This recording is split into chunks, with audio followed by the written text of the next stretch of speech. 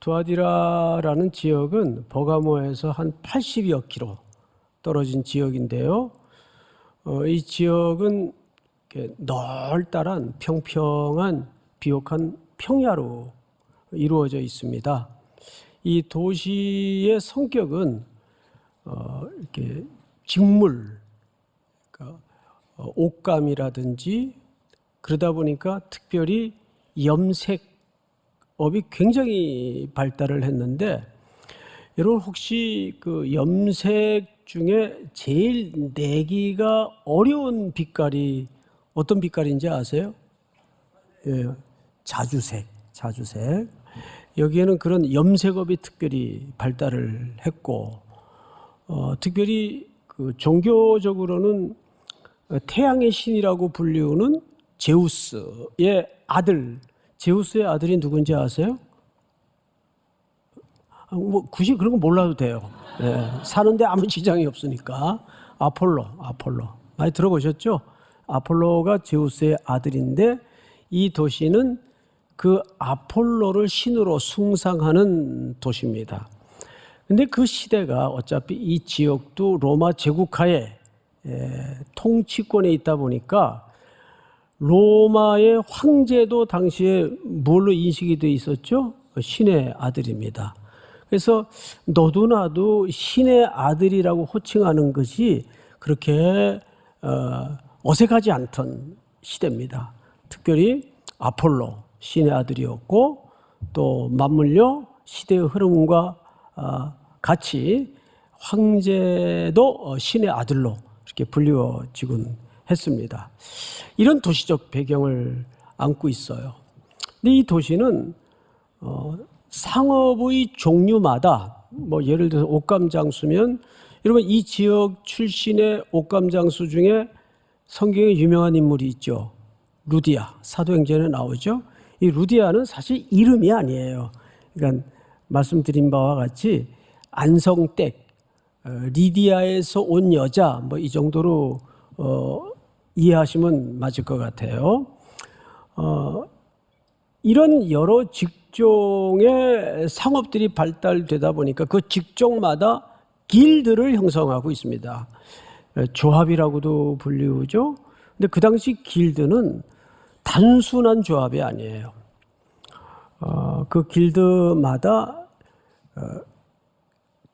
가입이 되면 경제적으로 여러 가지 유익과 혜택이 주어지는데, 특별히 그럼 들어가면 되지, 뭘 주저할 이유가 있나? 주저할 이유가 있습니다. 길드는 반드시 그 신전 안에 식탁 교제와 함께 이루어집니다.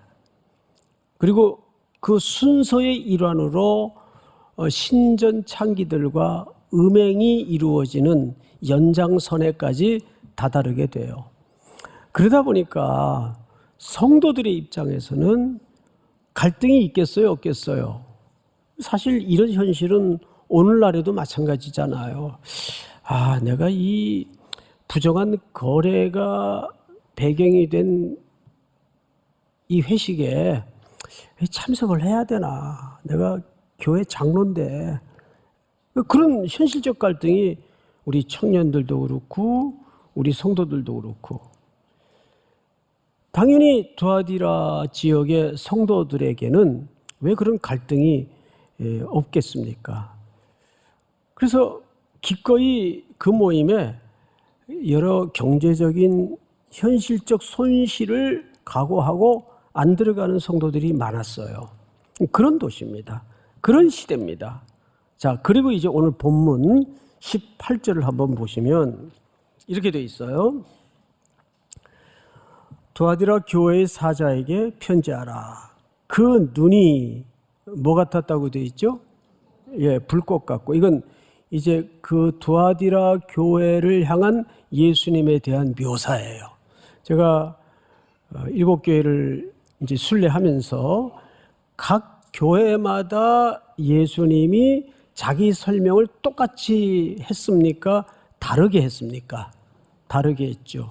다르게 한 데는 그 교회에 주시는 메시지가 있다고 설명을 드렸어요. 자, 그런데 여기 첫 번째 예수님의 모습을 눈이 불 것 같다. 이 말은 통찰력을 얘기합니다. 그러니까 지금 이 두아디라 지역의 교회들에게는 그 은밀한 동기를 불 것 같은 눈으로 예수님이 알고 계시고 드러내시겠다는 뜻이에요. 아주 교묘히 감춰져 있는 어떤 불순한 동기가 이제 곧 나올 겁니다.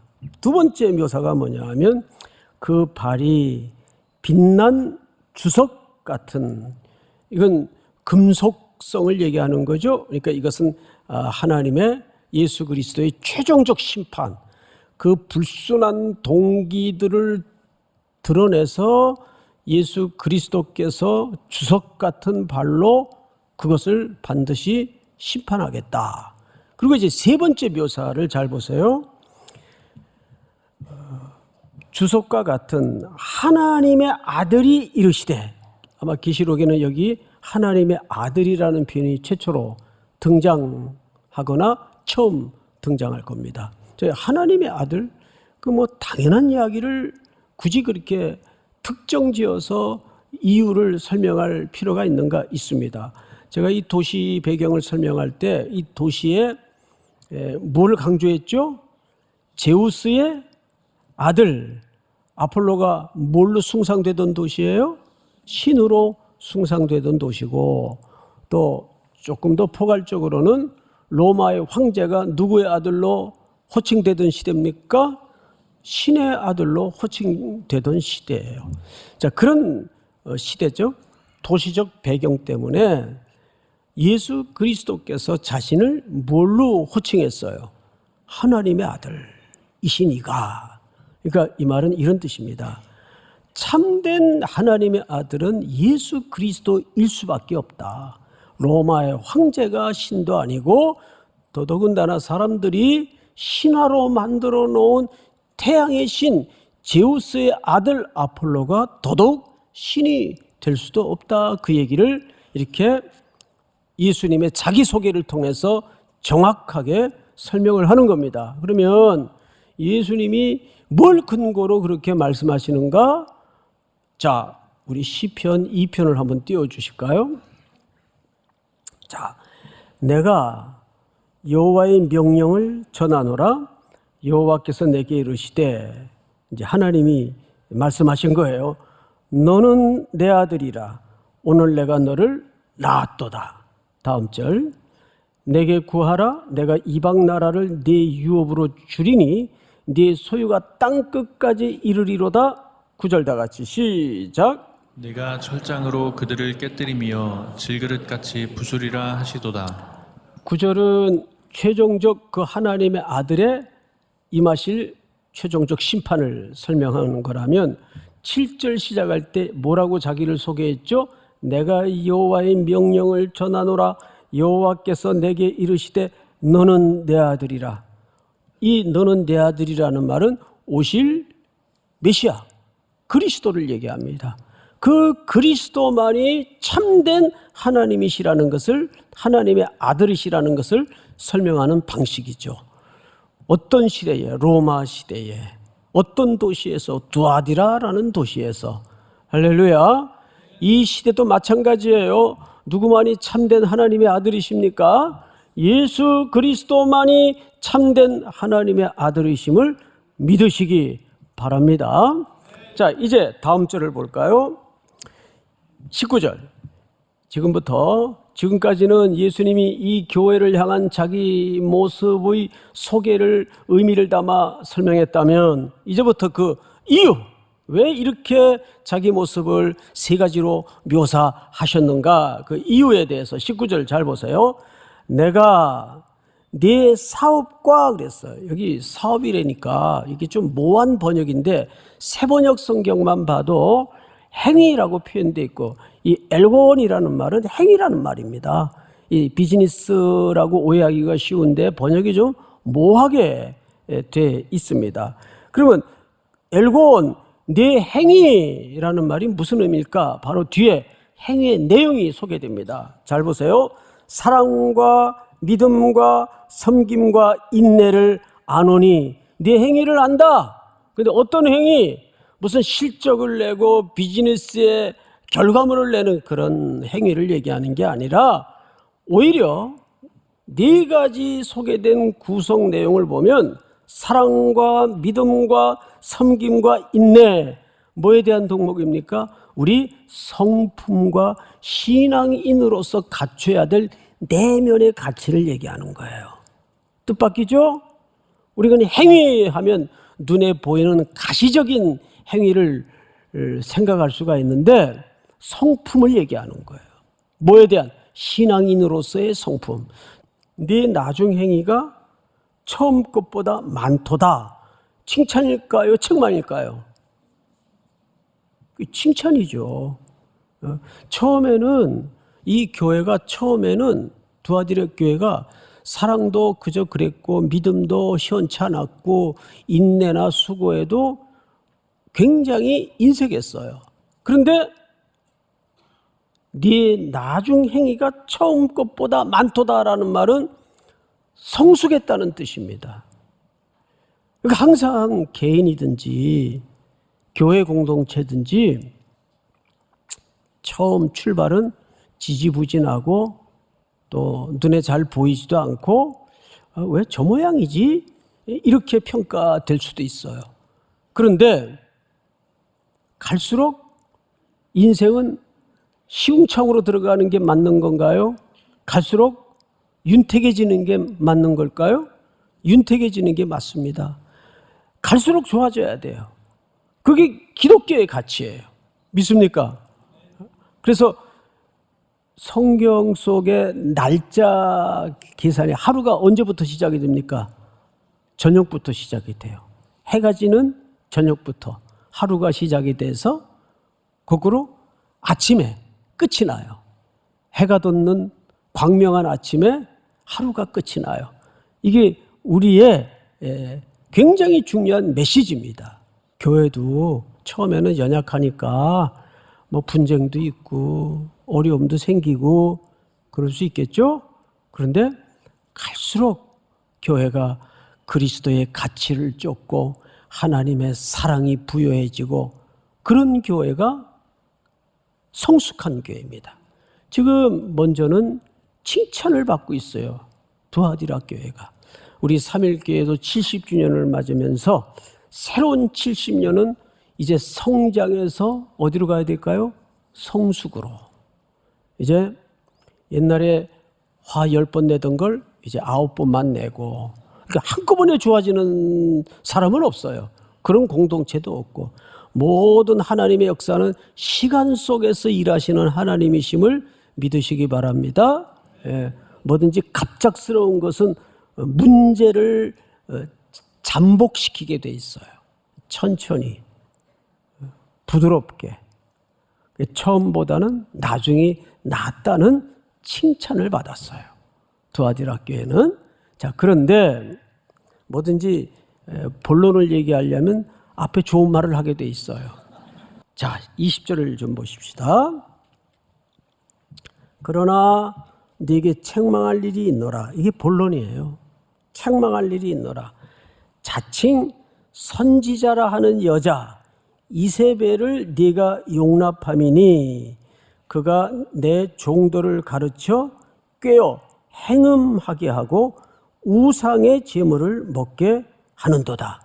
자, 여러분, 여기 두아디라 교회 안에 이세벨이라는 이름을 가진 여자가 있다는 그 말이 아니에요. 그런 실제 여자가 있었는데, 그러니까 이세벨이니까 이것은 구약의 인물입니다. 구약의 그 유명한 상징적인 인물을 상징적인 표현을 인용한 겁니다. 근데 이세벨은 어떻게 성도들을 음행에 빠뜨리고 우상 숭배에 넘어지게 만들었는가? 참 교묘합니다.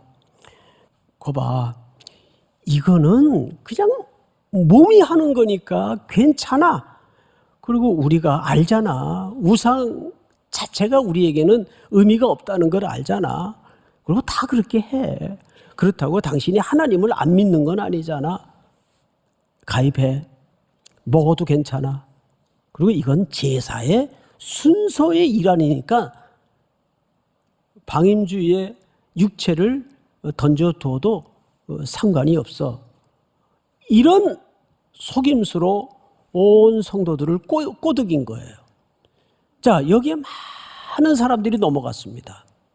그러면 여기에서 왜 예수님이 불꽃 같은 눈이라는 통찰의 의미를 담은 자기를 그렇게 소개했고 묘사했을까요? 이런 뜻이 있습니다. 여러분들한테도 한번 그 질문을 해볼게요. 이세벨이 속여서 백성들을 우상숭배와 음행에 넘어뜨린 것만 문제일까요? 속은 사람은 정말 문제가 없을까요? 예? 여러분, 속은 사람은 왜 속았어요? 모르고 속은 거예요? 아니에요. 예수님이 그 동기를 지적하는 거예요. 그 속에 뭐가 있었기 때문에 걸린 거예요? 탐욕, 세상의 물질에 대한 욕망, 이것이 안에서 마치 그 화산이 터지기 전에 이글거림처럼 솟구치고 있었기 때문에 그 유혹에 덫에 탁 걸리는 거지. 생각해 보세요. 그렇게 젊은이들이 사기를 많이 당해요. 주변에서 보면. 물질에 대한 욕구가 귀를 닫아버리게 만들고 눈을 가리워버리게 만든 거예요. 그러니까 그냥 어둠의 권세 잡은 자의 덫에 턱 걸려드는 겁니다. 그래서 우리가 조심해야 될 게 뭐냐 하면 자꾸 환경 탓하지 말고, 여러분, 가짜가 많을수록 가짜를 연구하는 게 맞는 거예요? 가짜가 많을수록 진짜를 연구하는 게 맞는 거예요? 그러니까 두아디라 교회의 성도들이 많이 넘어갔어요. 결과 보십시다. 21절을 보시면 또 내가 그에게 회개할 기회를 주었을 때, 놀랍게도 이런 이세벨에게도 회개할 기회를 줬어요, 안 줬어요? 이세벨에게도 회개할 기회를 주었으니까 당연히 그 추종자들에게도 회개할 기회를 줬겠죠. 자기 음행을 회개하고자 아니 하는도다. 이미 탐욕이 그를 덮어버렸기 때문에 회개 안 합니다. 마음을 굳게 해서 자기 식대로 신앙생활을 하는 거예요. 이거를 맹아적 고집쟁이라 그러는 거예요. 22절 볼지어다 내가 그를 어디에 던진다고 되어 있어요? 이건 중의적 의미가 있어요. 침상이라는 말은 병들어 심판을 하시겠거나 아니면 주로 음행이 어디서 이루어집니까? 침상에서 벌어집니다. 그래서 이 두 가지 의미가 이 표현 속에는 같이 녹아져 있어요. 그래서 또 그와 더불어 간음하는 자들도 만일 그의 행위를 회개하지 아니하면 큰 환난 가운데 던지고. 자, 23절로 넘어갑니다. 또 내가 사망으로 누구를 죽이리니? 이세벨의 자녀, 이세벨의 혈육적 자녀를 얘기하는 게 아니고 누구를 얘기하는 걸까요? 그의 속임수에 넘어져서 추종자들, 그 자녀들이죠. 따르는 자들이니까 여기서는 그의 자녀들이라고 표현했습니다. 죽이리니 모든 교회가 나는 사람의 뜻과 마음을 살피는 자인 줄 알리라. 이 사람의 뜻, 마음을 하면 이거는 겉을 얘기하는 겁니까? 속을 얘기하는 겁니까? 속을 얘기하면서 동시에 나는 표면적으로 드러난 것만 살피는 사람이 아니라 나는 그 동기를 보겠다. 불순한 동기를 보겠다. 두아디라 교회 성도들이 왜 이 멀쩡한 사람들이 그 이세벨의 유혹에 넘어간질 않으냐? 이세벨이 워낙 잘 꼬드겨서 넘어간 게 아니라 그 불순한 동기 때문이다. 불순한 동기, 욕망이라는 동기, 탐욕이라는 동기 때문에 넘어간 것이다. 이걸 이렇게 설명을 하는 겁니다. 내가 너희 각 사람의 행위대로 갚아주리라. 여기서 말하는 행위는 2장 18절의 말씀처럼 섬김, 사랑, 믿음, 인내, 이런 덕목들을 얘기하는 거예요. 자, 24절 다 같이 시작. 두아디라에 남아 있어 이 교훈을 받지 아니하고 소위 사탄의 깊은 것을 알지 못하는 너희에게 말하노니 다른 짐으로 너희에게 지울 것은 없노라. 이 말은 무슨 얘기인가 하면 놀랍게도 이런 대세를 쫓아가는 넘어진 이세벨의 추종자들이 있었는가 하면 반면에 그 가운데에도 뒤돌아보지 않고 다시 오실 주님만을 향해서 넘어지지 않는 성도들이 있었어요.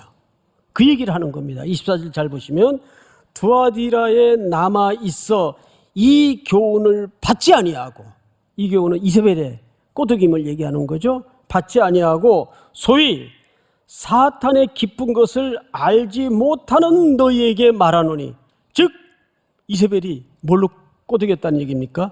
내가 영험한 능력을 받아서 사탄의 깊은 의도까지 다 알고 있어, 이렇게 꼬드긴 거예요. 그런데 오직 한 곳만 집중하는 사람들에게는 그런 게 귀에 안 들어와요. 넘어지지 않는 사람들을 얘기하는 거예요. 그들에게는 다른 짐으로 더 지울 것이 없다. 너희들 잘하고 있다. 그러면서 이들에게 약속을 하나 합니다. 자, 약속을 보십시다. 계시록 2장 25절. 다만 너희에게 있는 것을 내가 올 때까지 어떻게 하라? 굳게 잡으라. 아주 중요한 표현입니다. 이것을 보통 뭐라 그러냐면 버티는 힘.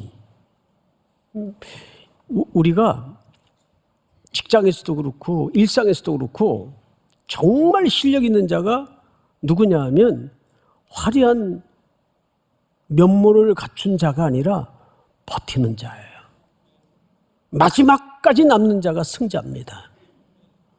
여러분들이 그 굳건히 세워지고 버티는 마지막 자리까지 그리스도의 손에 붙잡혀 있기를 축복합니다. 버티는 힘을 얘기하는 거예요. 인내. 이기는 자와 끝까지 내 일을, 이것은 다음 날을 얘기하는 게 아니라 그리스도의 일. 그럼 그 그리스도의 일이 뭐겠습니까?